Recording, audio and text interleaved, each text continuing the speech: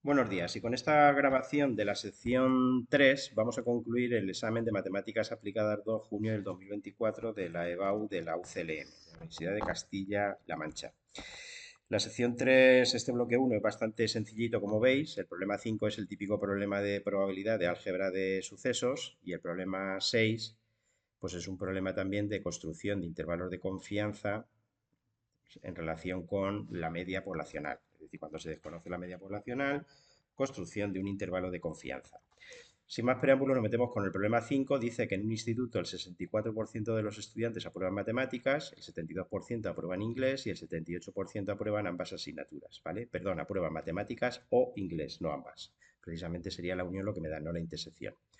El apartado A me preguntan cuál es la probabilidad de suspender alguna de las dos asignaturas y en el B me pregunta si son independientes los sucesos a aprobar matemáticas y aprobar inglés. Para hacer el problema, pues yo voy a llamar M al suceso a probar matemáticas, voy a llamar I al suceso a probar inglés y a la derecha pongo pues lo que me dicen. La probabilidad de aprobar matemáticas es 0,64, 64%. La probabilidad de aprobar inglés sería 0,72 y la probabilidad de aprobar alguna de las dos, no la intersección como antes dice, o la una o la otra, o las dos, sería 0,78. En el apartado A lo que me dicen es cuál es la probabilidad de suspender alguna de las materias, es decir, la probabilidad de no aprobar matemáticas o no aprobar inglés. Esto sería una aplicación directa de una de las leyes de Morgan, en concreto la de abajo, ¿no? La probabilidad de alguno de los dos no, o bien el primero o bien el segundo no, pues es lo contrario de los dos, ¿vale? A poco que lo pensemos, pues también llegaríamos a esa conclusión. La probabilidad de suspender alguna, pues es lo contrario de no aprobar las dos. Suspender alguna es no aprobar las dos. No es la raya o la C, yo pongo la raya, y aprobar las dos, que es la intersección. Típico ejemplo de las leyes de Morgan. Cuando siempre explicamos la ley de Morgan, pues el segundo es, este es el típico ejemplo, y el de arriba es alguno con lo contrario de ninguno. Cuando me preguntan cuál es la probabilidad de no aprobar ninguna de las dos, pues es lo contrario de aprobar alguna. Vale. ¿Qué es lo que voy a hacer entonces? Pues calcular la probabilidad de la intersección. La probabilidad de aprobar matemáticas e inglés, la probabilidad de la intersección es la probabilidad de aprobar matemáticas más la probabilidad de aprobar inglés menos la probabilidad de la unión. Sustituyendo y haciendo las cuentas me queda que la probabilidad de aprobar las dos sería 0,58. Volviendo hacia arriba entonces, pues la probabilidad del contrario sería 1 menos 0,58, por lo que la probabilidad de no aprobar, es decir, de suspender alguna de las dos asignaturas, pues sería 0,42. El B, pues todavía más sencillo. ¿Son independientes los dos sucesos? Pues sabéis que la condición necesaria y suficiente para que dos sucesos cualesquiera sean independientes es que la probabilidad de la intersección sea igual al producto de la probabilidad de ambos sucesos. Lo único que tengo que hacer entonces es volver al apartado A y recuperar lo que valía la probabilidad de la intersección, 0,58, multiplicar las probabilidades de ambos sucesos, 0,64 por 0,72, y comprobar que salen valores diferentes. Por consiguiente, los sucesos no son independientes. Problema 6, pues también bastante fácil. Me dicen que la edad de los usuarios de un juego online sigue una distribución normal de media desconocida y varianza, importante, no desviación típica, varianza sigma cuadrada igual a 4 años. Por lo tanto, la desviación típica sigma valdría la raíz cuadrada de 4, que es 2. Se ha tomado una muestra de 10 usuarios y sus edades son por las que aquí se adjuntan. Y en el apartado A tengo que determinar el intervalo de confianza para la media poblacional con un nivel de confianza del 97%.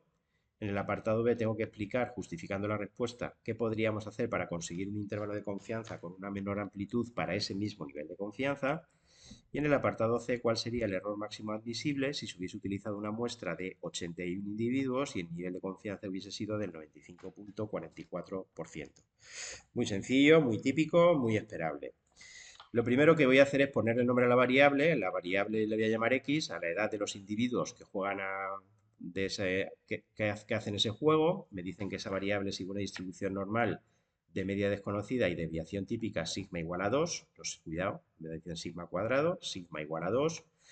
En la muestra, pues el tamaño muestral, el número de individuos, como veis, es n igual a 10. Y la media muestral, pues la tengo que calcular. Para calcular la media correspondiente a esos 10 individuos, lo único que tengo que hacer es sumar todos los valores y dividir entre 10. Se hizo esa operación, me queda que la media de la muestra, la media muestral vale 17. Esta sería la fórmula para construir el intervalo de confianza y lo único que me falta por determinar es el z alfa medios correspondiente. El z alfa medios correspondiente es dentro de una variable normal 0,1 el límite, el que se corresponde con los límites de un intervalo de confianza que aglutina esa misma probabilidad. Por lo tanto, sabiendo que tengo que aglutinar una probabilidad de 0,97, que es el nivel de confianza que me han exigido, lo primero que haría es calcular la probabilidad que quedaría fuera. Pues sería 1 menos 0,97, que sería 0,03, 0,030. Si divido entre 2, puesto que la variable normal es simétrica, vería las colas por cada una de las dos partes. 0,030 dividido entre 2 por 0,015.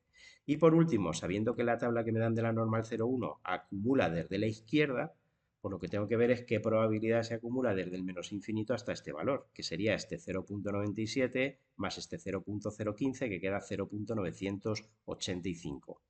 De esa manera, mirando en la tabla que me dan, veo que el valor que se corresponde con esa probabilidad es 2,17. Pues ese sería el z alfa medios y tendría todo lo que necesito. El tamaño muestral, la n valía 10, la media de la muestra valía 17 y el z alfa medios que venimos de calcular, pues 2,17.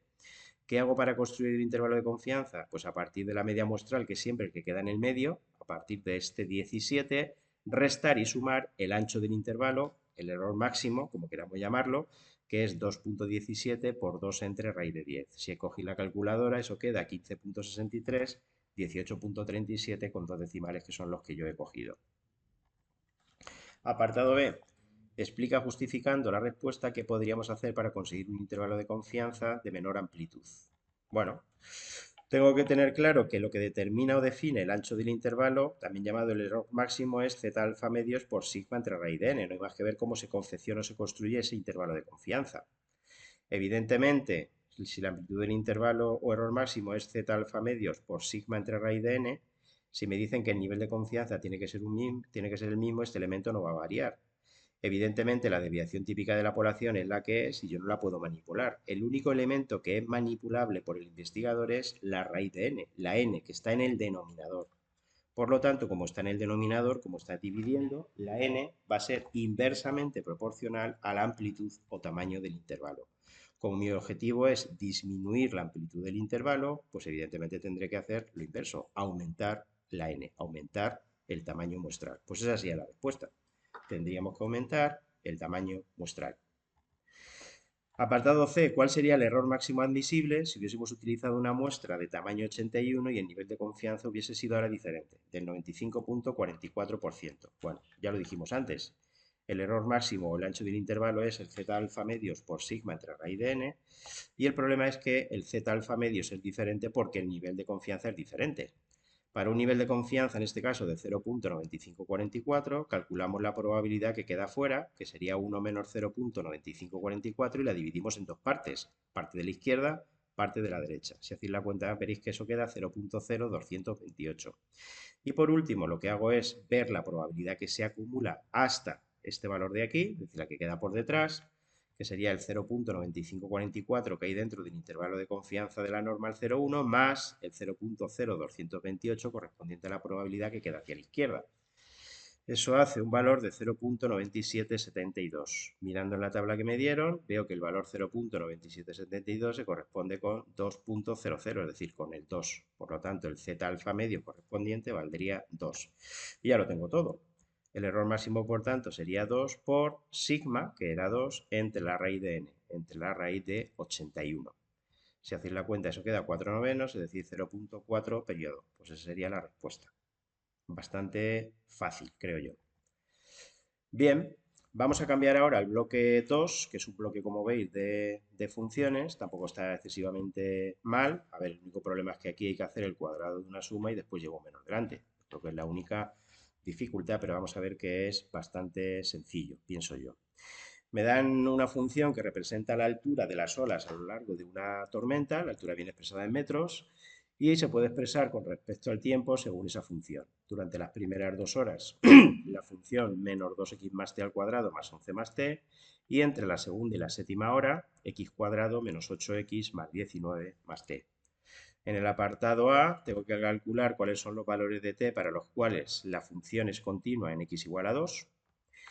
Lo primero que tengo que tener claro es que al tratarse de una función que está definida a trozos, tengo que calcular el límite por la izquierda cogiendo esta expresión, límite por la derecha cogiendo esta expresión. Esto es lo que he hecho aquí.